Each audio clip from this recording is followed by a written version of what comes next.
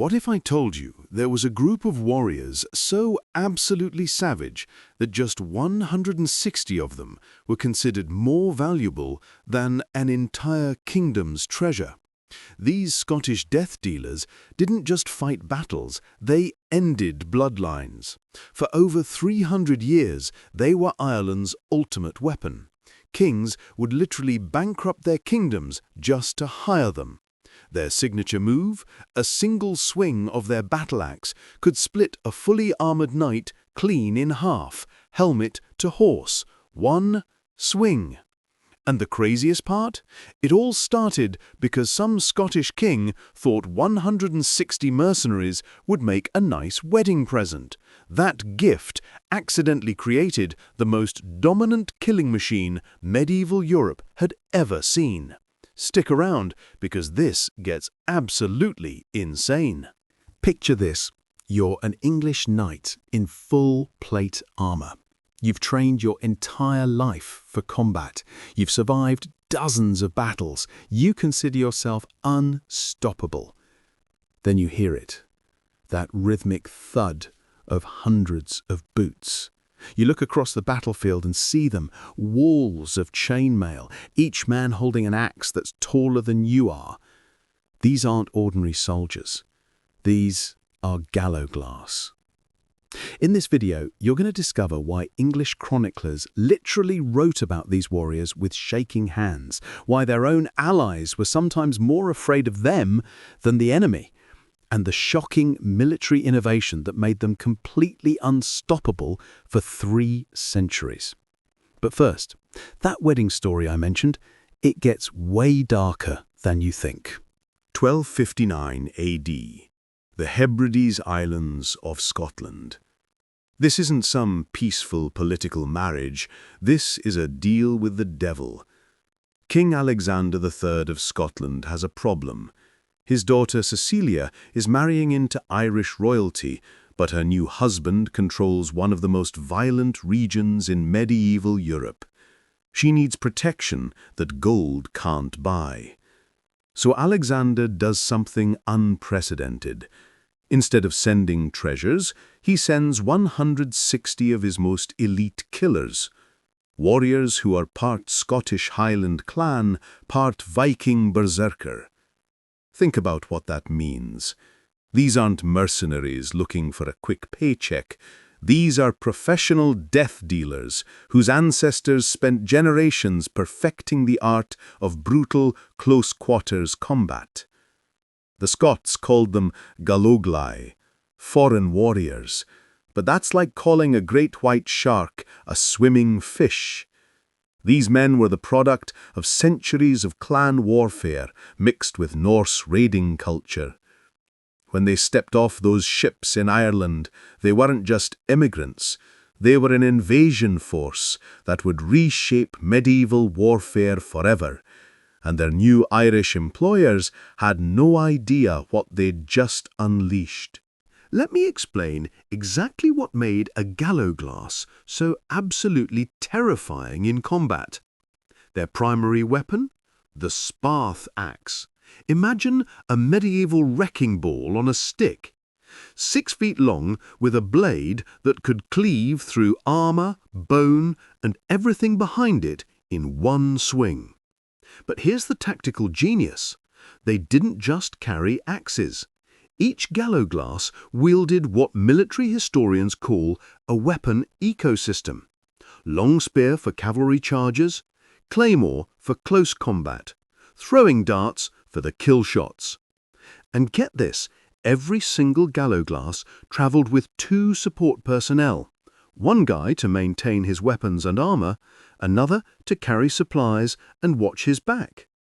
This wasn't a warrior. This was a walking military unit. Imagine facing this on a battlefield. A 6-foot-tall warrior in full chainmail, carrying an axe that's literally designed to split horses in half, backed up by a tactical support team, advancing in perfect formation with 99 other identical killing machines. But their weapons weren't even their deadliest asset. Their tactics were so revolutionary that military commanders are still studying them today. And what we did to their first major enemy will blow your mind. 1315 AD. Edward Bruce, Robert the Bruce's brother, invades Ireland with the most advanced military force Europe has ever seen. Heavy cavalry, siege engines, the works. The Irish kings panic. Their traditional warriors, fast, lightly armored fighters called kern, are about to be slaughtered by this medieval war machine. Enter the Gallowglass with their revolutionary battle formation called the Curraghodd. 100 men organized into what's basically a medieval special forces unit. Here's the genius. While Bruce's heavy cavalry thunders toward them, the Gallowglass do something no one expects. They don't retreat, they don't charge. They form an impenetrable wall of spears and axes. The cavalry hits them like waves against a cliff. Horses are impaled on spear points, knights are dragged from their saddles and butchered with axes. The invincible Scottish invasion force is being systematically dismantled. Then comes the pursuit phase. Once the enemy line breaks, these Gallowglass, who are basically part-time Vikings, remember, switch from defense to absolute savagery. They chase down fleeing enemies and finish them with throwing darts and claymores. Edward Bruce's invasion, which was supposed to conquer all of Ireland, collapses. Not because of Irish strategy or superior numbers, but because 16 Scottish wedding gifts evolved into an unstoppable military doctrine. But this was just the beginning of their reign of terror. Word spreads across Ireland like wildfire. These Gallowglass aren't just soldiers, they're game-changers. Every Irish king starts recruiting them. The O'Neills, the O'Donnells, the MacSweeneys, entire Scottish clans start migrating to Ireland as professional military contractors. But here's where it gets really interesting. These warriors don't just fight for money. They marry into Irish families, establish their own territories, build their own power bases. Within 2 generations, you've got Irish-born warriors with Scottish military training, Norse tactical knowledge, and personal stakes in every conflict. They're not mercenaries anymore. They're the backbone of Irish military power. For 300 years, this system is unstoppable. English invasions fail, Viking raids are crushed, internal conflicts are decided by whoever has the most Gallowglass units. But every empire has its weakness, and the thing that would eventually destroy the Gallowglass wasn't another army of warriors. It was something they never saw coming. 16th century. The medieval world is dying, and gunpowder is the executioner. English forces arrive in Ireland with something the Gallowglass have never faced: cannons, artillery that can kill their entire formation from half a mile away. Those legendary axes, useless against cannonballs.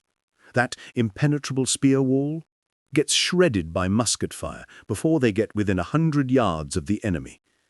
During the 9 Years' War, the last great Gallowglass units make their stand. These are descendants of those original 160 Scottish warriors, still fighting with medieval weapons against Renaissance military technology.